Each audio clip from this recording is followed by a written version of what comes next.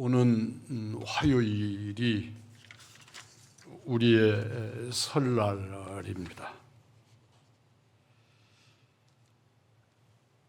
요사이 설날이 저희들 어렸을 때처럼 그렇게 재미있는 설날인지는 잘 모르겠으나 풍요롭고 넉넉한 그런 설날인 것은 분명한 듯 싶습니다. 제가 조금 전에, 오래전에 중국의 심양 주변에 있는 한 신학교에 강의를 하러 1년에 2번씩 중국을 가야 됐을 때 설날이 막 설날이 지나고 그 다음 주 주일 예배를 드리고 중국을 갔는데 그 중국은 설날의 기운이 그대로 남아 있었습니다. 중국 설날의 특징 중에 하나가 제가 본 대로 말씀을 드리면 온 동네가 연기로 폭죽 연기로 폭죽 흔적이 명절이 지난 그 다음번에 갔는데도 그렇게 폭죽의 연기가 여전히 남아있는 그런 분위기였습니다. 이게 중국의 폭죽이 얼마나 요란한지 이 지구촌 전체 환경 문제가 될 만큼 그렇게 요란하다고 그럽니다. 또 하나는 거꾸로 뒤집힌 복자였습니다. 여러분들 한문으로 쓴 복자가 이렇게 반듯하게 써 있지 않고 거꾸로 이렇게 집집마다 상가마다 길거리마다 그렇게 저는 그게 느낌이 절 그림 같고 그 옛날에 어렸을 때의 느낌으로는 상여 그림 같아가지고 그게 아주 별로 즐겁지 않은 색깔인데 그 사람들은 금 색깔에다가 주변에 해병대 색깔처럼 이렇게 그려놓은 이런 것들로 해서 복자를 전부 거꾸로 엎어놨어요. 왜 그러느냐고, 저거 왜 저러냐고 하고 물었더니 질문을 받은 사람이 오히려 의아한 표정으로 저게 맞지 않냐고 그래요. 왜? 의견이 안 맞는 거죠. 그 사람의 답변은 그랬어요. 복이 하늘로부터 내려오는 거니까 복자가 거꾸로 해서 하늘로 내려오도록 복자를 엎어놓은 거라고 그래 이야기를 했습니다. 우리네는 설날을 그렇게 복의 개념으로 받아들이지는 않는 것 같습니다. 그러나 설날은 꽤 즐거운 날이고 어린이들에게는 재미있는 날이고 오늘날에는 많이 변색이 되기는 했지만 세뱃돈 받는 날이고 그런 의미로 명절을 지킵니다. 이 설날의 원래의 뜻은 설다. 어떤 설다 그러면 저는 머릿속에 떠오르는 단어가 떡을 쪘는데 떡이 제대로 익지 않아서 이게 떡도 아닌 것이 밥도 아닌 것이 그렇게 생긴 것을 설었다고 말했던 어머니의 말씀이 기억납니다. 근데 그런 의미의 설이라는 것입니다. 아직은 새해가 되어졌는데 그 해를 맞이하는 일에 낯설다, 익숙하지 않다, 그런 의미의 뜻도 함께 가지고 있다고 합니다. 설은 묵은 해에서 분리되어져서 완전히 새해에 통합되지 않았기 때문에 익숙하지 못한 날이다, 그런 의미로 설이라고 했다는 것입니다. 설은 쓰는 용어가 많습니다. 세수, 연수, 원단, 원일 등등의 말로 쓰고 이 모두가 다 동일하게 뜻은 새해 첫날이라는 말입니다. 그 옛날에 설은 일주일씩, 2주씩 쉬었습니다. 보름. 그래서 설날부터 시작을 해서 섣달 금음날부터 시작을 해서 보름날까지를 설날 기간으로 정하고 그 안에는 그렇게 어른들 찾아뵈면 엎드려서 세배를 올리는 그런 절기였습니다. 그러니까 꼭 설날만 세배하는 날이 아니고 보름 동안 그랬다는 말입니다.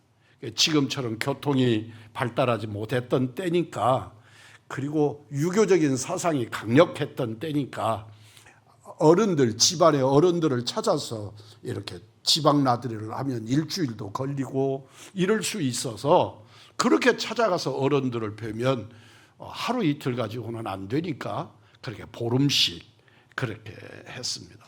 우리가 고유의 명절, 우리 민족의 고유의 명절이라고 설을 말하지만 사실은 우리 민족만 설을 세는 것은 아니고 앞에서도 말씀드린 것처럼 춘절이라 그러는 중국도 설을 쇠고 베트남도 설을 쇠입니다. 우리와 같은 날, 음력으로 정월 초하룻날 설을 셉니다. 중국이 세니까 당연히 대만도 중국의 영향이 강력한 곳에 중국, 대만, 베트남 그리고 대한민국이 설을 세는 나라입니다. 따지고 보면 북한도 분리했다면 북한도 설을 세는 나라 중에 하나입니다. 세계적으로 설이 되거나 이렇게 큰 민족적 명절이 되면 고향을 찾아서 민족 대이동을 하는 나라는 대표적으로 우리나라와 중국을 꼽을 수 있을 겁니다. 중국도 우리의 설날인 춘절이 되면 온 나라가 고향을 찾아가는 귀성객들로 몸살을 앓습니다. 우리는 비교가 되지 않습니다. 13억 인구가 중국 춘절에 이동하는 총 인구의 숫자로 17억 명이 집을 떠나서 이동을 한다고 합니다. 한번 상상을 한번 해보십시오. 땅이 넓고 크기는 하지만 17억 명이 움직이면 하여튼 중국이 얼마나 인구가 많은지 정확하게 하나, 둘, 셋, 그래서 이 호흡을 맞춰서 동시에 중국 인구가 이렇게 뛰었다가 내리면 이 지구 축이 흔들릴 것이라고 말할 정도 많은 인구인데, 그보다도 더 많은 17억 명이 춘절에 고향을 찾아서 또는 친지를 찾아서 어른을 찾아서 움직인다고 합니다. 그 옛날에 우리가 세계사를 배우면서 중세 유럽의 역사를 바꾼 한 사건 중에 하나가 게르만 민족의 대이동이라고 배운 바가 있습니다. 게르만 민족이 저 북쪽에서부터 이렇게 몽골에 의해서 밀려 내려오면서 민족 대이동을 하면서 유럽의 그 지형을 바꾸어 버리는 그런 일이 있었는데, 그때 당시에 게르만 민족의 대이동이라고 하는 그 이동 숫자를 총 계산할 때 약 100만 명 정도로 칩니다. 비교가 안 되는 숫자죠. 그러나 그 시절은 사람이 적었던 시절이니까 상대적으로 어마어마한 민족의 이동이었지만, 오늘날에 우리 민족의 3천만이 2,500만이 움직인다, 중국의 17억이 움직인다, 이런 거하고는 비교가 안 되는. 이스라엘 민족도 명절이면 온 민족이 이동을 했습니다. 그들과 우리의 차이점이 있다면 우리는 고향으로 명절을 새로 내려가죠. 부모님을 찾아서, 정확하게 표현하면 고향이라기보다는 부모님을 찾아 내려가는 겁니다. 부모님을 찾아서 명절을 새로 갑니다. 그러나 이스라엘은 성전이 있는 예루살렘으로 향하여 갑니다. 이 점이 다릅니다. 여호와의 신앙을 가지고 있는 히브리 민족들은 예루살렘 성전이 있는 곳이 그들의 본향으로 여겼습니다. 그래서 그들은 명절이 되면 다 그 예루살렘 성전을 향하여 사람이 아니라 여호와 하나님을 예배하기 위하여 예루살렘 성전으로 모여들었습니다. 그들은 성전에서 하나님께 예배하고 교제하며 말씀을 나누었습니다. 신약에서 우리 예수님께서 예루살렘 성전을 향하여 가셨다가 부모님을 잃어버리고 부모님들이 예수님을 놓치는 장면을 성경에서 우리가 만납니다. 이스라엘 명절 중에 최대의 명절은 이스라엘 민족 자체가 국가적 단위로 형성하고 난 다음에 그 애굽이라고 하는 곳으로부터 400년 만에 해방을 맞는 유월절입니다. 이스라엘 역사에서 가장 중요한 사건은 출애굽 사건입니다. 우리가 구약 성경에서 인간으로 사람으로 하나님을 빼고 구약 성경의 주인공이 누구냐? 물론 우리는 아주 개혁주의적인 입장에서 정확하게 신앙 교육을 받아서 이해하고 계실 겁니다. 구약은 오실 메시아, 신약은 오신 메시아. 이렇게 우리가 그 신학적인 이해를 갖고 있지만 성경 구조적으로 성경의 가장 대표적인 사람이 누구냐? 구약 성경의 대표가 누구냐? 그러면 두말할 것 없이 모세입니다. 우리는 성경에 나타나는 엘리야나 등등의 아주 다윗이나 이런 어른들이 계시지요. 그런데 구약 성경의 창세기, 출애굽기, 레위기, 민수기, 신명기까지 5권의 책 중에 대표적인 책 중에 5권 중에 창세기를 뺀 4권의 성경이 모세의 성경입니다. 모세의 일대기를 표현하고 있다고 말해도 틀리지 않을 정도로 모세라고 하는 사람이 절대적인 위치를 차지합니다. 이스라엘 민족에게 있어서도 이스라엘 민족과 국가의 깃발이 다윗 깃발이기는 하지만 다윗별의 깃발이기는 하지만 이스라엘 민족이 국가로 민족으로 구별되는 대표적인 표현의 주인공은 여전히 모세입니다. 그 모세는 이스라엘 백성들을 압제로부터 구해냈을 뿐만 아니라 그가 완벽하게 가려져서 실제로 건국 지도자로는 표현하지 못하게 만드신, 그래서 그로 인하여 하나님의 말씀 율법이 받아지고 십계명을 받고 하나님과 교제한 그런 지도자로 모세를 드러냅니다. 하나님께서 이스라엘을 애굽의 장자 재앙으로부터 구원하는 데 필요한 유월절 어린 양은 흠없고 일련된 수컷이어야 했습니다. 병들었거나 또는 얼룩졌거나 온전치 못한 것은 결코 유월절 양이 될 수 없습니다. 유월절 양은 완벽한 상태의 어린 양이 요구됩니다. 유월절을 통해서 이스라엘 백성들이 애굽의 노예에서 해방된 출애굽 사건은 죄인이 죄와 사망에서 해방되어 구원받은 것을 예표합니다. 그래서 예수 그리스도의 구속의 역사를 모세 그리고 그가 표현하는 어린 양의 피로 표현하고 있는 것입니다.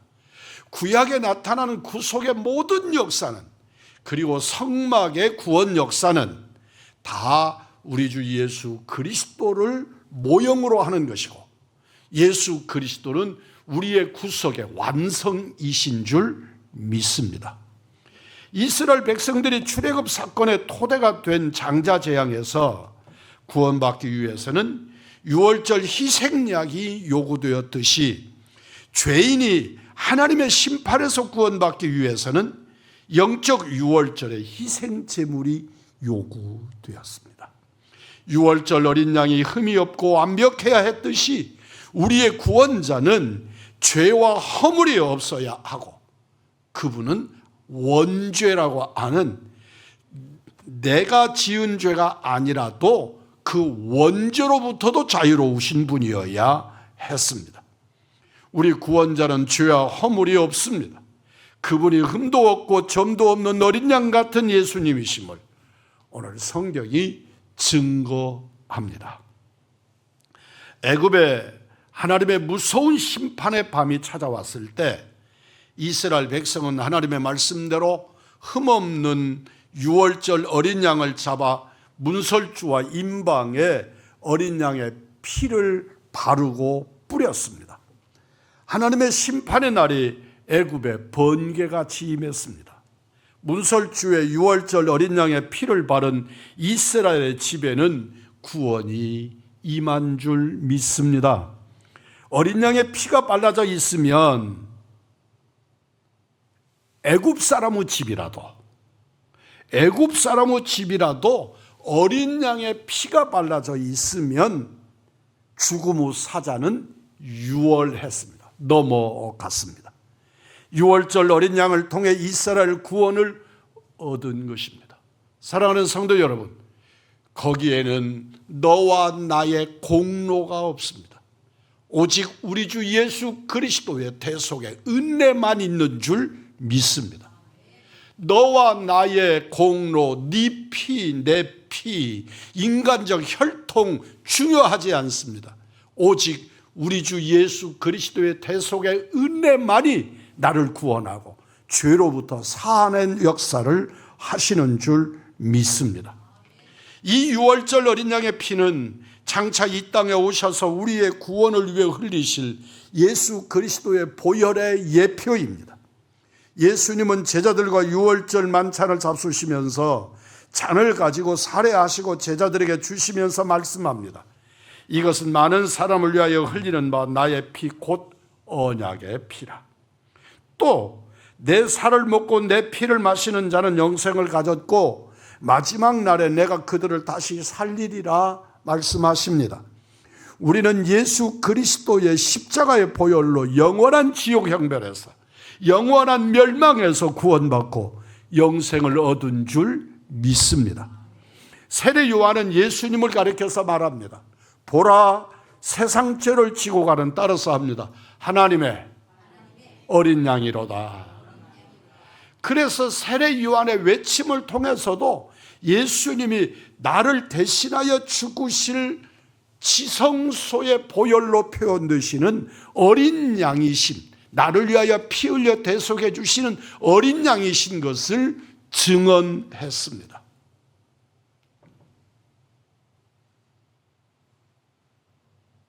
유월절을 통해서 구원받은 이스라엘 백성들이 구원의 은총에 감사하여 일주일 동안 지키는 절기가 우리들이 표현하는 무교절입니다.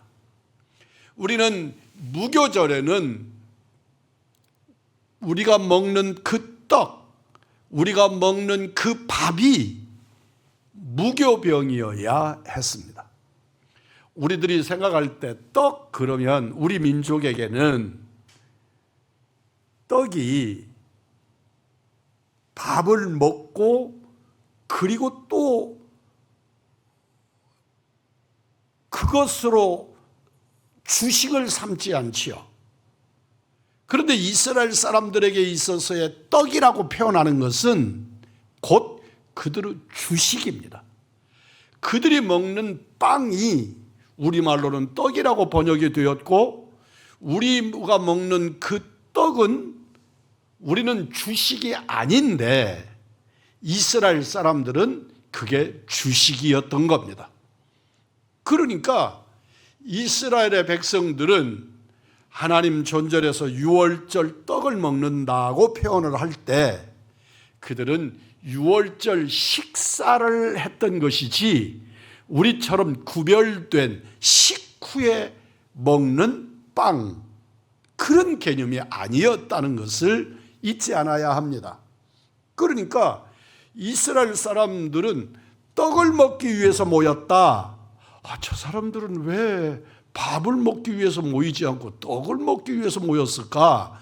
아닙니다. 우리와 똑같이 밥을 먹기 위해서 모인 것이고, 그것이 우리들에게는 떡을 먹기 위해서 모였다는 말로 들리고, 그러니까 식후의 다른 모임으로 그렇게 왜곡되게 이해하게 되는 겁니다. 그러니까 무교절 떡을 먹는다, 유월절 지나고 일주일 동안 무교병을 먹는다고 말하는 것은 일주일 내내 그들은 누룩 없는, 반찬 없는 하얀 쌀밥만 먹는 것과 같은 겁니다. 그 옛날에 우리 송주원이가 밥을 먹으면 반찬을 아무것도 안 먹고 흰밥만 받아가지고 다녀요. 그리고 그 흰밥만 맛있게, 그거 반찬하고 먹어야지, 그러면 그게 맛있다고 그 흰밥만 들고 다니던 때가 기억이 납니다.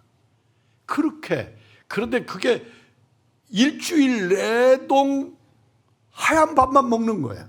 반찬을 하나도 먹지 않고. 그게 무교병과 같은 의미예요. 그러니 여러분, 그 밥이 무슨 맛으로 밥을 먹겠어요? 우리네 사람들은 반찬 문화가 강력한 나라라, 반찬, 그것도 간이 들어있는, 여러분들 반찬을 만들었는데 제사밥 기억나시죠? 제사에 있는 음식이 하나도 간을 안 하죠. 무채 만들었는데 무채에 소금을 넣지 않아. 그래서 제사상에 올려놓는 음식들은 하나도 간을 하지 않아요. 음식을 만들었는데 장이나 소금을 쓰지 않는 거죠. 근데 그게 무슨 맛이 있어요? 제가 거기 어디입니까? 아주 유명한 동네인데, 양반촌이라고. 하여튼 그 동네를 갔더니 헛제사밥이라는 것을 팔더라고요. 제사밥을 팔아요. 파는데 말이 제사밥이지 제사밥처럼 만들어서 파는 거예요. 그런데 그 자리에 하도 유명하고, 그래서 사모님하고 함께 가가지고 그곳에서 헛제사밥이라는 걸 사 먹어봤어요. 아니, 세상 천지에 이걸 어떻게 먹으라고 파냐. 간이 하나도 없는 음식이에요. 그런데 이스라엘이 이 무교절에는 간이 하나도 없는, 누룩이 없는, 여기서 말하는 누룩이라고 하는 게 여러분들 이렇게 발효시키는 술 만들 때 쓰는 누룩을 누룩이라고 표현하고 있지만, 정확하게는 빵에게 맛을 내게 하는 재료가 없는 것이라는 말이에요. 빵을 만들었는데 부풀지도 않아, 소금도 넣지 않아, 설탕도 넣지 않아, 그냥 밀가루를 버무려서 그냥 찐 거예요. 그게 여러분들 한번 생각해 보시면 무슨 맛일까? 그걸 하루 먹고 한 끼니를 먹는 게 아니고 일주일 내동 먹는 거죠. 이것은 무슨 의미냐? 세상에 그 어떤 것도 뒤섞이지 않는, 세상에 그 어떤 것도 있지 않는 우리 주 예수 그리스도의 보혈의 대속의 은총을 설명하는 표현입니다. 이것은 구원받은 하나님의 백성들이 세상과 뒤섞이지 않고, 이게 아주 정결하고 성결한 하나님의 백성들의 삶을 표현할 때 무교병이라는 이름으로 설명한 것입니다.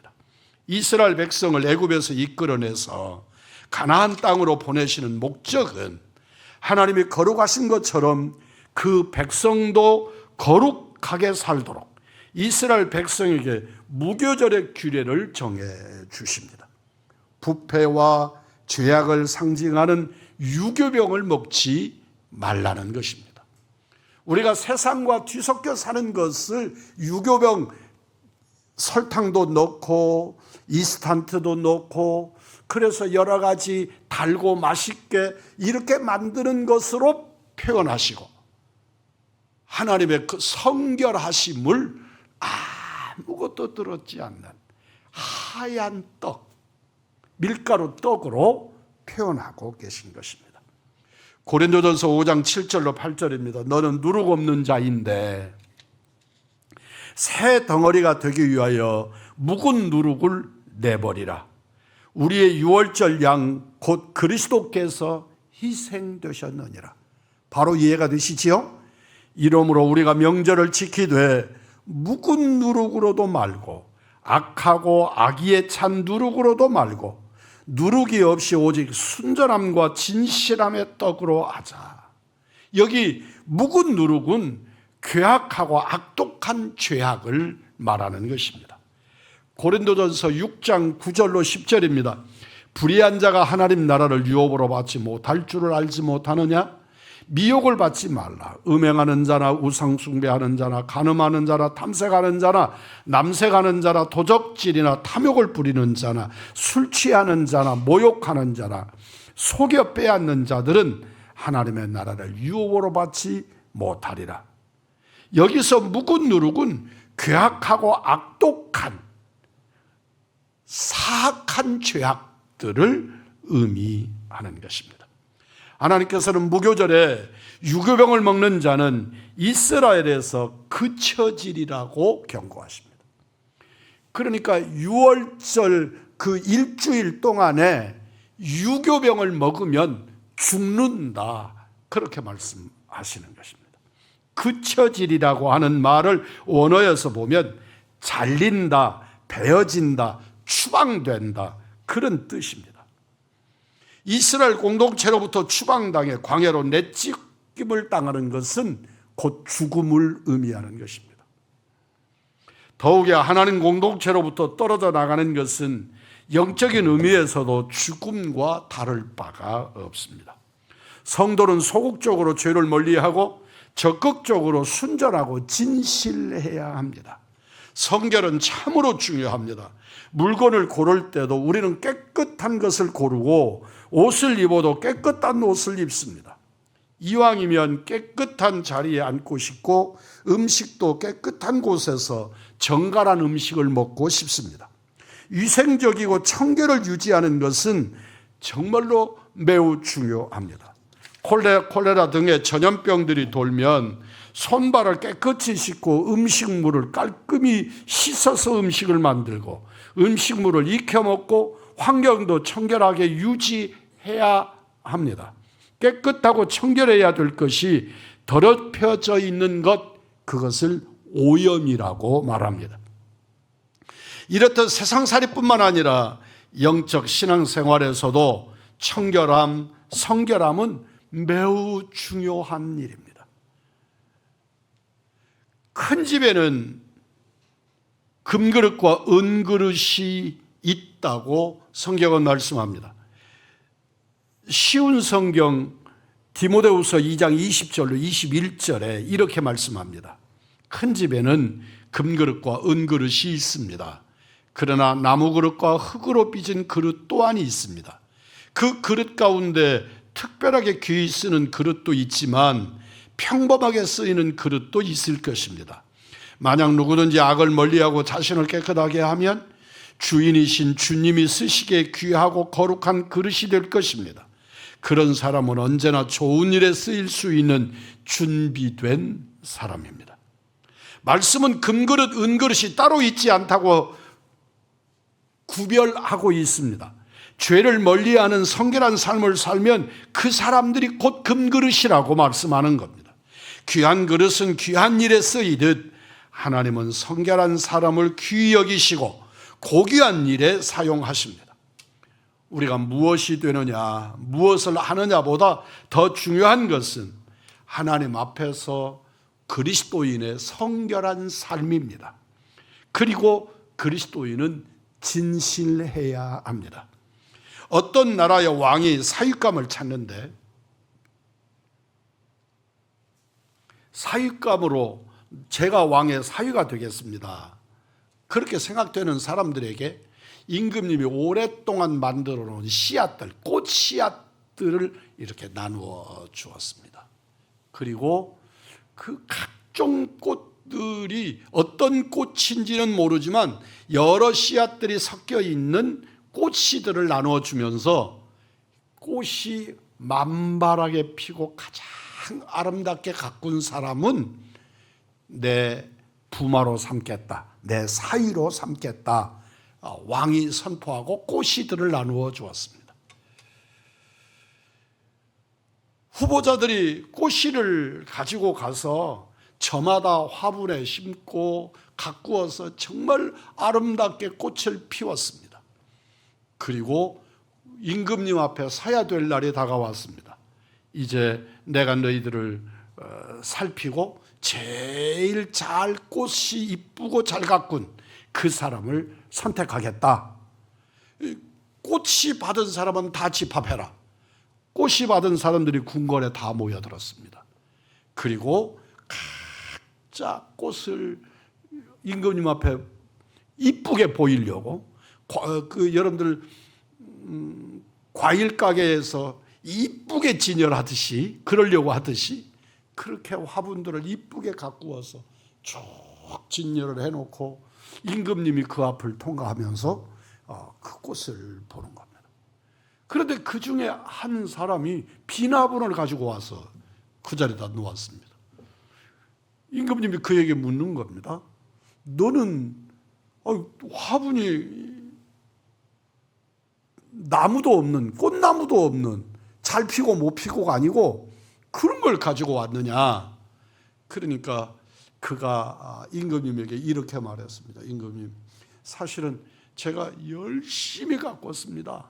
그런데 아예 싹이 나지를 않았습니다. 그 씨앗이 싹도 나지를 않았습니다.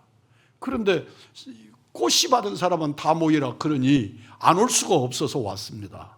저는 싹도 틔우지 못했습니다. 심사가 끝났습니다. 임금님이 그 싹도 틔우지 아니한 사람을 불러 세웁니다. 이 자리에 있는 모든 사람들은 다 거짓말쟁이다. 내가 여러분에게 준 씨앗은 아예 처음부터 싹이 나지 않는 죽은 씨앗들을 주었다. 그런데 각자 너무 아름다운 꽃, 너무 휘황찬란한 꽃들을 피워서 가지고 왔다. 니들은 죽은 씨앗에서 아름다운 꽃을 피운 거짓말쟁이들이다. 그리고 진실하게 꽃도 피우지 못했지만 싹도 틔우지 못했지만 그를 부모로 삼았다는 것입니다. 사랑하는 성도 여러분, 그리스도인은 진실해야 합니다. 시편 12편 1절로 2절입니다.